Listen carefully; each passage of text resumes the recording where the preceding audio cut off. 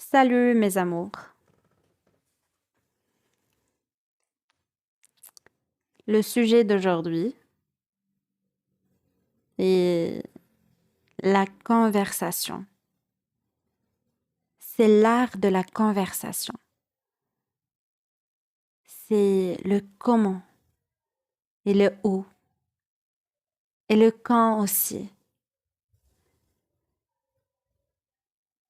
Mais avant tout, n'hésitez pas de vous abonner et de liker afin, bien sûr, de m'encourager. Commençons.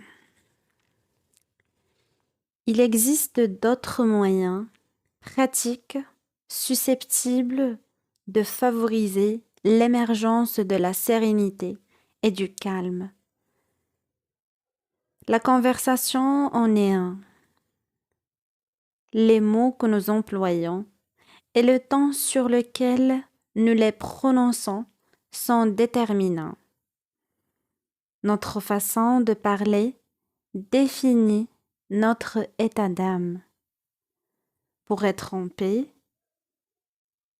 il suffit juste de parler calmement. La prochaine fois que vous serez en groupe et que la conversation s'échauffera, essayez d'y glisser des idées apaisantes. Vous sentirez la tension baisser rapidement.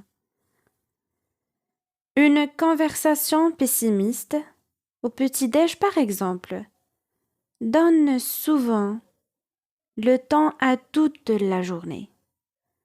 Il ne faut pas alors s'étonner de voir la journée se dérouler dans le droit fil des sombres prévisions matinales.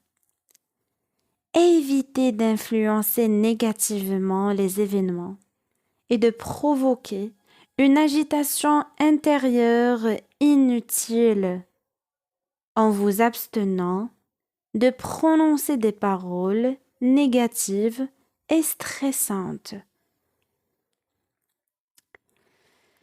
Dès le matin, soyez paisible, heureux et optimiste. Votre journée n'en sera que meilleure. La confiance influence favorablement les événements. Si vous désirez goûter le repos de l'esprit, surveillez donc votre façon de vous exprimer. Il importe d'éliminer toutes les idées négatives, car elles tendent à provoquer l'ennui et le mécontentement. Par exemple, si vous déjeunez avec un groupe de personnes, évitez d'aborder l'actualité de façon négative et pessimiste. Sinon, vous risquez de créer chez les gens une réaction de tristesse ou d'inquiétude qui peut même affecter leur digestion. Les remarques déprimantes colorent le présent et chacun risque de garder en soi un léger, mais non moins réel sentiment d'insatisfaction. Nourrissez plutôt vos conversations d'expression positive, optimistes et réconfortantes.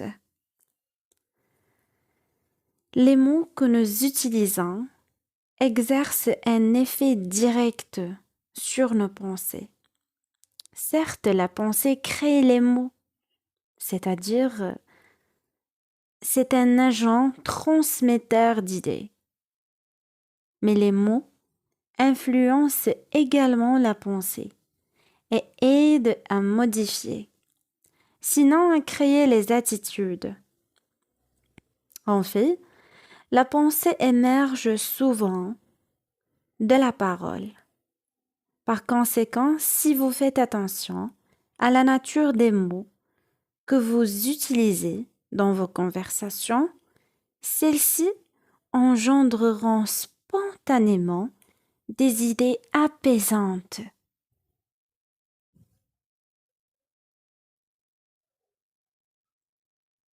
Merci.